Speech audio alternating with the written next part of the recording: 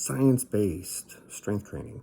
I make fun of the science-based people because I think it's a silly label. It's like a marketing thing, but there's actually some science behind this, and we're going to get into what you would drive. Let me put it a different way.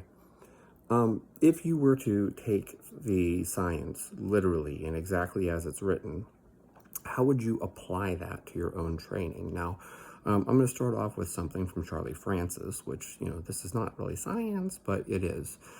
Charlie made this great point about how, I think it's like 92.5%, but let's just say it's 92%.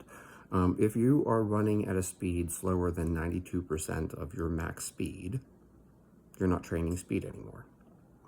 And so, Charlie made this point about how, like, running at 80% of your max speed isn't developing max speed. Now, this should be obvious to you because it's the SAID principle, right? The specific adaptations. So what we're trying to do is we're trying to develop max speed. So you have to train max speed. You can't train max speed by running at 75% effort. So, if your max speed is 20 miles an hour, you don't improve that 20 miles an hour to 21 miles per hour by running at 15 miles, right? So if you're running 15 miles per hour, I don't care how many intervals you do at 15 miles per hour, it's not going to push your 20 mile per hour speed to 21. Okay, now this is a great point. So we have a very specific adaptation that we're chasing. We're trying to improve our max speed from 20 to 21. Therefore, we have to put this very specific implied demand on it, right? Okay. Now, if we took that same logic and we applied it to strength, we would say that, okay, all of your strength work needs to be over 92%. All you should be doing is really, really heavy lifts. However, we know that that doesn't play out. And this is what's interesting about strength training. Strength training, different from sprinting, stay with me for just one moment because we're going to talk about where the similarity actually comes in. When you look at strength training, we're told that you should be spending most of your time in like an 80 to 85% range. Well, that's significantly lower than 92%. And so, if you had a max back squat of 100 kilos, you would spend time squatting 80 kilos instead of spending all your time squatting 92 kilos or more. Now, why is that? Well, let's take a look at the literature. And when we look at the literature, one of the major variables that matters in developing strength is velocity loss, right? So you're doing a set of 5, and the first rep is at, 0.5 meters per second. The second rep is at, 0.48. The third rep is at 0.46. The fourth rep is maybe 0.4. And then, by your last rep, 0.3 something. Velocity loss. Weird. Now, velocity loss is associated with hypertrophy. So if you get to the point where you're losing velocity, okay, you are going to develop more hypertrophy. However, if you have velocity loss, you develop less strength. Oh, yes, this is an interesting thing. And if you want to look into it, data-driven strength, I believe the names are Josh Pelland and Zach Robinson. And the repetitions that you do at the beginning of your set contribute more to your strength development. Mind you, this is the funny part, the repetitions at the end of your set contribute to hypertrophy, right? So if we're doing a set of 10, those earlier repetitions where the bar velocity is high, those contribute to strength. However, if you get to the end of the set and your 10th rep is at 0.3 meters per second, you're going to develop more hypertrophy now because we're approaching failure, right? Okay. These velocities are not specific, by the way. There's nothing magical about them. You may squat even slower than that, or you may squat faster than that. I am someone who it either goes or it doesn't. So if I slow down to 0.3 meters per second, that bar is going to come back down. There's a velocity profile that you need to have for individual athletes. Now, if we were to think about this logically then, okay, this is the science applied. What you would do is you would track bar velocity and you would do nothing but singles aiming to move the bar at a speed somewhere around 0.5 meters per second. And if it starts to slow down, you would just adjust the load. So, if our first single is at 120 kilos and it's 0.5 meters per second, great. Second single, we're still right there, and then eventually, if that bar velocity starts to drop, right, and let's say we're going to try to keep that bar velocity within 90%, okay, so we don't want it to get any slower than 0.45. Your fourth, fifth single, suddenly we're at 0.43. Okay, we need to strip weight off. Now we're down at 110 kilos, and now we're back up to 0.5. And, now we do more singles, and, it starts to drop again. So now we're down to 100 kilos to get back up to 0.5, okay? If you were to think about this logically, just applying the science, the way that it's written and what we know from the data, the most optimal way for you to train strength would be for you to do nothing but singles at a bar velocity of 0.5 meters per second. This is back to the velocity thing of Charlie Francis, oddly enough, I know, right? So it isn't about the max load on the bar. It's not about 92% load. It's about your velocity. And we don't want that velocity to drop. So suddenly sprinting and strength work have a lot in common. However, here's the thing that I get stuck on. And, I am always open to discussion. I'm always open to, people's opinions. And I would love for someone to have an answer to this. Not that anyone could ever have an answer to this. It's kind of just something where we can debate it for, whatever reason, but no one's going to ever have a solid answer. No one trains like that. Absolutely no one trains like that. I don't know anyone that does nothing but singles and just tracks the bar velocity and adjusts the load, so that they're always right in that range of, 0.46 to 0.5 meters per second. I don't know anyone that trains like that. So why? That's my big question. If that's what the science shows us, why does no one train like that?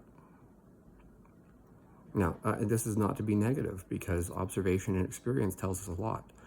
You look at Ed Cohn, okay, Andy Bolton, Doug Furness, Doug Young, Marty Gallagher, Kurt Kowarski.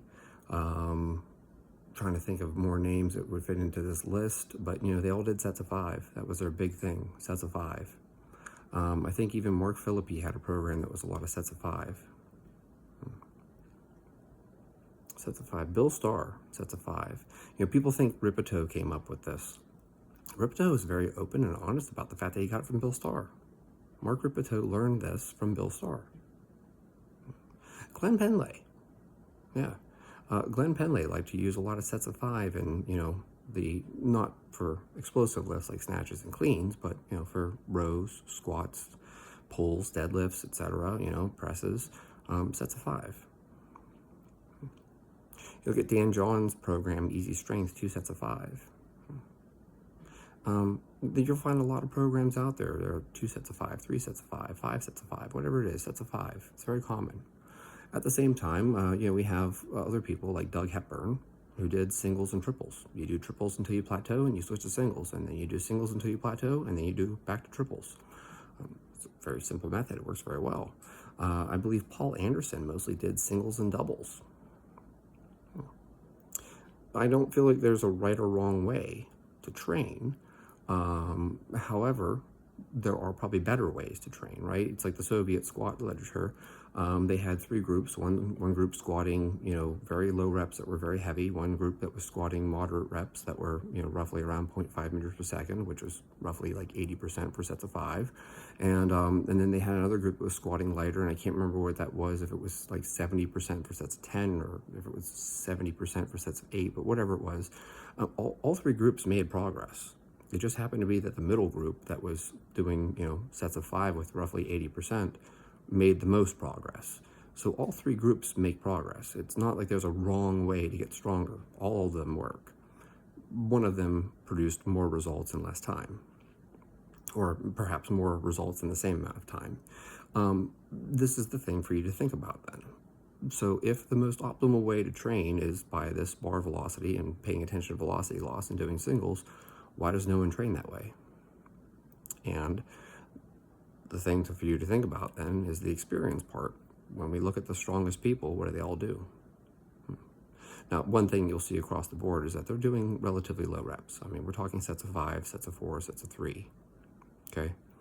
So like you're not seeing people doing sets of 20 to set world records in powerlifting and stuff like that. Sets of 20 and 25 are great for bodybuilders perhaps, but it doesn't appear that those are, the rep ranges that powerlifters are working in, or even weightlifters are working in, right?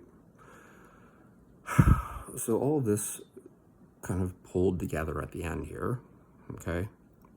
How do we bridge the science along with experience? And I think that what you'll find is that we're back to the bar velocity thing of roughly 0.5 meters per second. And so, if you're doing sets of 5 with 80%, then most of your reps are going to be around that 0.5 meters per second. And I find that to be very interesting, that people just kind of arrived at that without even tracking their bar velocity. Like before we had Tendo units and GymAware and BarSense and all this stuff like that, people were already arriving at this conclusion. And so that's something for you to think about there. Why are sets of 5 effective? Maybe it has nothing to do with the fact that it's a set of 5. Maybe it has everything to do with the fact that the bar velocity is, roughly 0.5 meters per second, which means that conceivably, could we get better results by going heavier and doing singles? Maybe your singles are at 88%, 87.5%, something like that. Doing singles, so now it's heavier, more specific, but we're still hitting that 0.5 meter per second velocity, right? And I don't have an answer for you because there's no study on this. No one's done that study. But this is just thinking things through and, pointing out that, hey, maybe there's something to this. It's kind of like with the whole cluster set thing.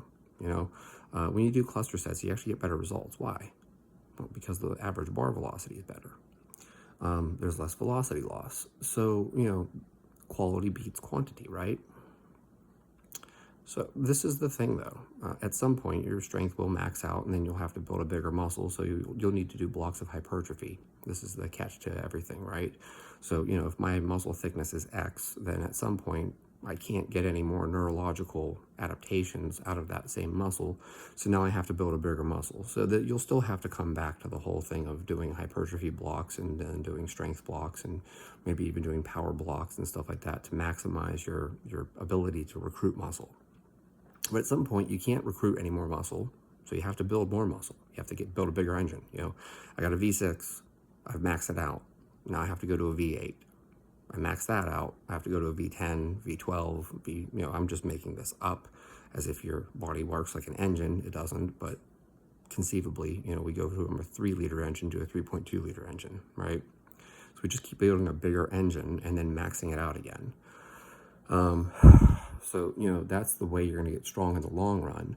But for the actual strength adaptations itself, it does seem to me, just logically thinking this through, that tracking velocity and doing a lot of singles at the appropriate velocity would be the best way for you to get strong. But however, this is the part that I get stuck on, and it's like, how much volume? And I kind of feel like now we get back into the whole thing of whatever load you started with, we don't want to go to past the point of, say, 95, 94% of that load. So, if you're doing velocity work with 100 kilos and that's moving at 0.5, and then as you fatigue, suddenly you need to use 90 kilos to hit 0.5, now it's too light. And so I think that's where the threshold comes in as well. I think that we need to pay attention to velocity loss along with the load. And if you have to decrease the load, by 10%, in order to hit that velocity, now the load is too light, so now you've accumulated too much fatigue. Anyways, these are the thoughts. These are the things that you can put together, and I don't have an answer. This is not like some hardcore, strict, this is the only way to train kind of bullshit. So it's one of those things where it's a thought process here. We look at what's available in the literature, and then we kind of try to pull our best practices out of that. And so this would be my theory for what is the most optimal way to train. This obviously would take a lot of time, though. It's not a very time-efficient workout. But we're not talking about time. We're not talking about efficiency. We're talking about optimal strength And optimal strength would probably come from doing a lot of singles at an appropriate bar velocity and stopping whenever fatigue sets in to the point that we have to decrease the load by too much. So that's my thoughts on this. What are yours?